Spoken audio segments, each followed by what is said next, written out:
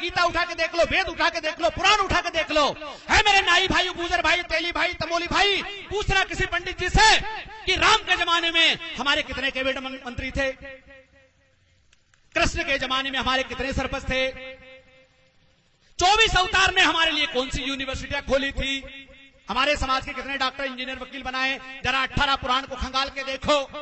आपका सिर्फ भैंस चराने में, भैंस पालने में, भटे टमाटर उगाने में, मालिश और पालिश करने में आरक्षण दिया था इस देश के पाखंडियों ने, इस देश के देवी देवताओं ने, इस देश के 24 अवतार ने, 33 करोड़ देवता ने गुलामी की जंजीरें आपको पकड़ा दी थी। उसी को धर्म कहा गया कि यही धर्म है। हेलो, जब आप गुलामी करते थे तो धर्म था। जब आप पेंट शर्ट पहनने लग गए, मास्टर बन गए, पटवारी बन गए, डॉक्टर बन गए, इंजीनियर बन गए, सांसद बन गए, वकील बन गए, तो कलयुग आ गया। अब कलयुग चल रही है। हेलो, इस देश में कलयुग चल रहा है। विचार कीजिए, चिंतन कीजिए, गौर कीजिए। 33 करोड़ देवता के पास मोबाइल फोन नहीं था, फेसबुक नहीं था, व्हाट्सएप नहीं था, अरे सवारी भी नहीं थी दादा। विचार कीजिए, चिंतन कीजिए। कोई मुर्गे पे बैठा, कोई गधे पे बैठा, कोई गरुड़ पे बैठा, कोई काय पे बैठा। अरे तुम एक सवारी का आविष्कार नहीं कर पाए। आप कहते हो कि ब्राह्मण ही ज्ञानी है, तो भैया ज्ञानी है तो आपने आविष्कार कौन सा किया? अरे सारी दुनिया बैलगाड़ी में थी। एक लुहार के लड़के ने अपना दिमाग चलाया इंग्लैंड में, और उसने देखा कि भगोनी की जो दाल उबल रही है और ढक्कन भड़बड़ कर रहा है, अगर इसको एक बेहतरीन यंत्र बना दिया जाए तो दुनिया बैलगाड़ी से निकाल करके रेलगाड़ी में आ जाएगी। ये एक सुतार के लड़के, लुहार के लड़के के दिमाग का कमाल है।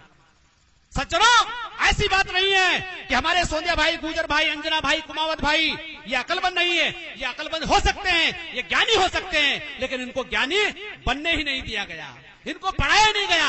आज मुसलमान की मस्जिद में जाकर के देखना, जाके देखना, वहां का मौलवी अपने बच्चों को कुरान और हदीस को हिफ्ज करवाता है, पढ़ाता है, अरबी फारसी पढ़ाता है, उर्दू पढ़ाता है।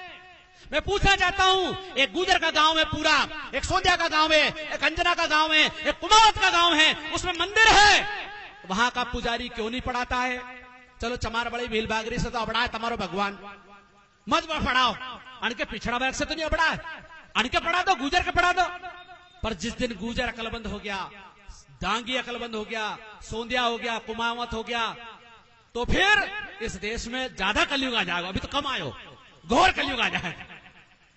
क्योंकि ज्ञानी आदमी खतरनाक होता है, ज्ञानी आदमी संसार में सबसे ज्यादा खतरनाक होता है। इसलिए भारत के पाखंडियों ने लिखा, स्त्री शूद्रो न धीमताम, स्त्री और शूद्र को विद्या मत दो, क्योंकि कम अकल से कहीं को भी काम करवा सको, कम अकल के कहीं भी कथा पुराण सुनाओ। एक देवता के 10 हाथ था, दूसरा के 20 हाथ था, तीसरा के 50 हाथ था, तो एक के 1000 हाथ था, तो जो गमना गमचारेगा भी मानेगा। कोई मटका से पैदा हो, कोई मुंडा से पैदा हो, कोई कान से पैदा हो, कोई हिरणी से पैदा हुआ। ऐसी जो कथा है, इन कथाओं को कब मानोगे? जब ढांडा रोगा, गमना रोगा, गमचा रोगा, अनपढ़ रोगा। पढ़े लिखे हो जाएगा तो आदमी तर्क करेगा, चिंतन करेगा, मनन करेगा, विचार करेगा। इसलिए इस देश की जनता को गमना और गमचा रखा गया। आज बहुत सारे लोग कहते हैं सब आरक्षण गलत है, आरक्षण आर्थिक आधार पर होना चाहिए। अरे सदियों से जो तुमने आरक्षण बनाया, इससे देश कैसे बर्बाद हुआ वो मैं बता दूं आपको। जब ब्राह्मण ही पढ़ा लिखा था तो उसने छत्री को भी ढंग से नहीं पढ़ाया, क्योंकि छत्री भी अकलमंद हो गया तो अपना छत्री पर खेड़ दोगे। हेलो, जब बुद्ध नाम का छत्री ज्ञानी हुआ, उसने अपना अलग धर्म बना लिया। जब महावीर नाम का ज्ञानी हुआ छत्री, उसने अपना जैन धर्म बना लिया। जब कबीर नाम का ज्ञानी हुआ तो उसने अपना अलग पंथ बनाया। भारत में जब जब कोई ज्ञानी हुआ है, SC ST OBC में, या छत्री भी ज्ञानी बनेगा तो वो अपना अलग सिस्टम बनाएगा। क्यों? क्योंकि वेद पुराण की जो पुराना सिस्टम है वो गलत है। और उस सिस्टम में, वो सिस्टम क्या है? भगवान ने ऊंची नीची पेड़ी बनाई है, सब अपनी पेड़ी पे बैठा रहो, जूता खाता रहो, जूता देता रहो, इससे अगला जन्म सुधर जाएगा। ब्राह्मण ज्ञानी बनेगा, छत्री का काम है लटा पटा मनक घटा।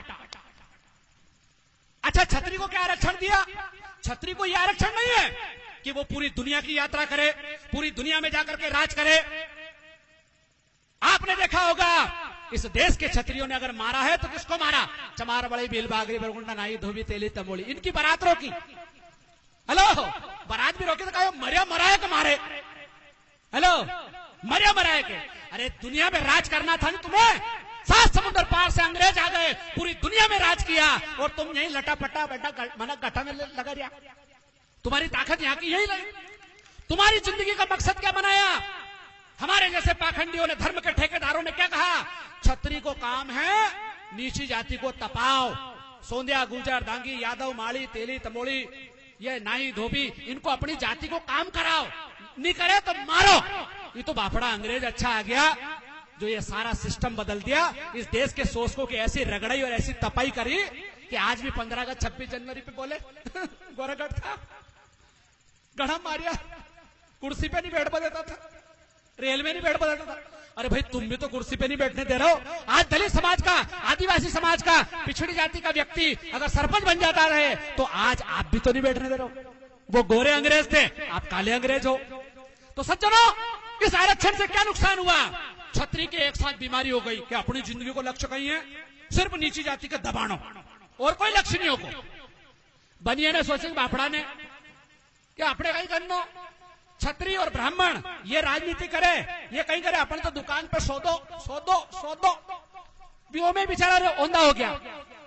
आज को पता होना चाहिए सज्जनों, अंग्रेज जब नहीं आए थे एक भी बनिया समाज का आदमी बहुत बड़ा ज्ञानी नहीं बना, एक भी इतना बड़ा कवि, इतना बड़ा साहित्यकार नहीं हुआ, एक भी बनिया बहुत बड़ा ज्ञानी, बहुत बड़ा विद्वान और बहुत बड़े तलवारबाज नहीं हो पाया। क्यों?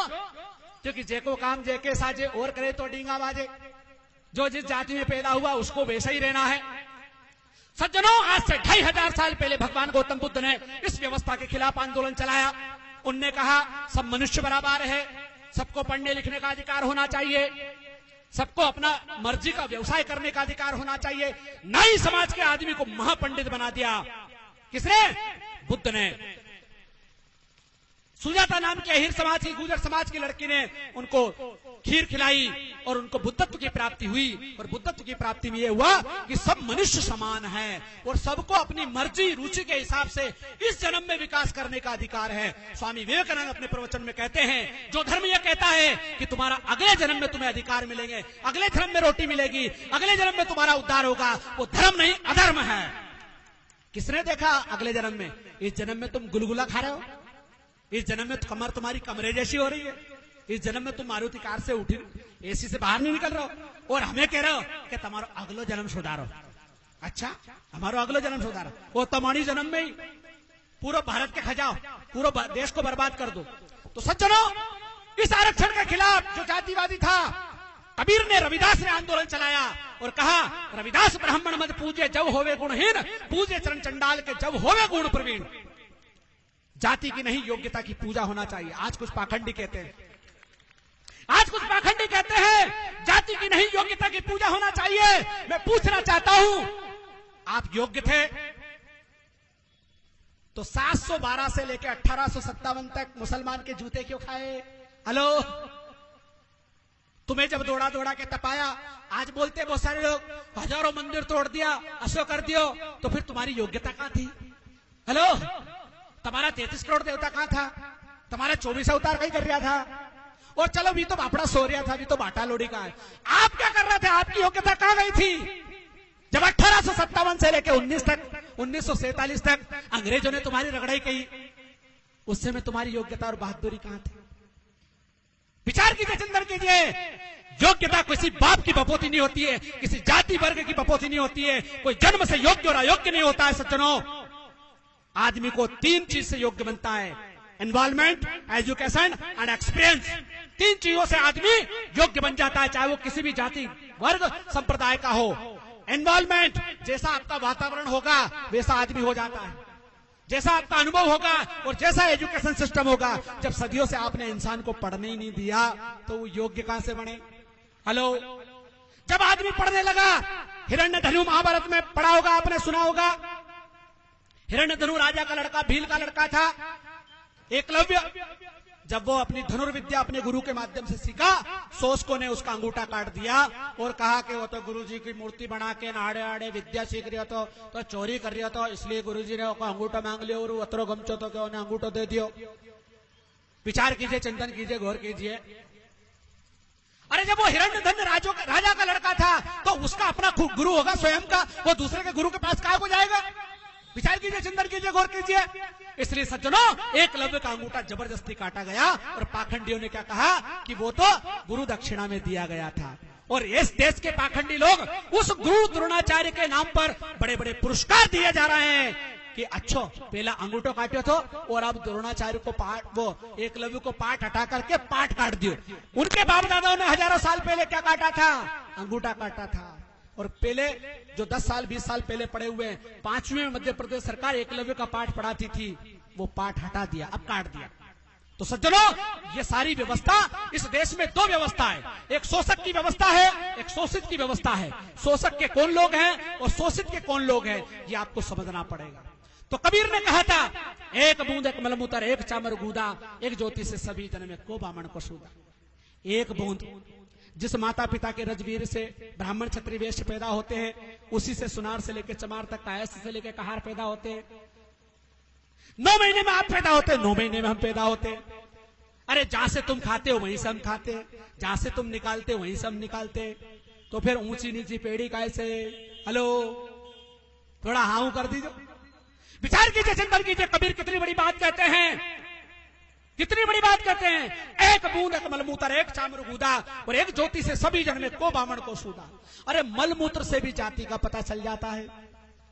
यो बकरी की मेंढगी है, ये ऊंट की लीद है, ये कुत्ते ने बिगाड़ा है। लेकिन एक गांव में अगर सभी जातियों के लोग खाड़ बिगाड़ के आ जाए, रोड बिगाड़ के आ जाए, तो पता नहीं चलेगा कि ये ठाकुर साहब का है कि पंडित जी का है कि पंडिता ने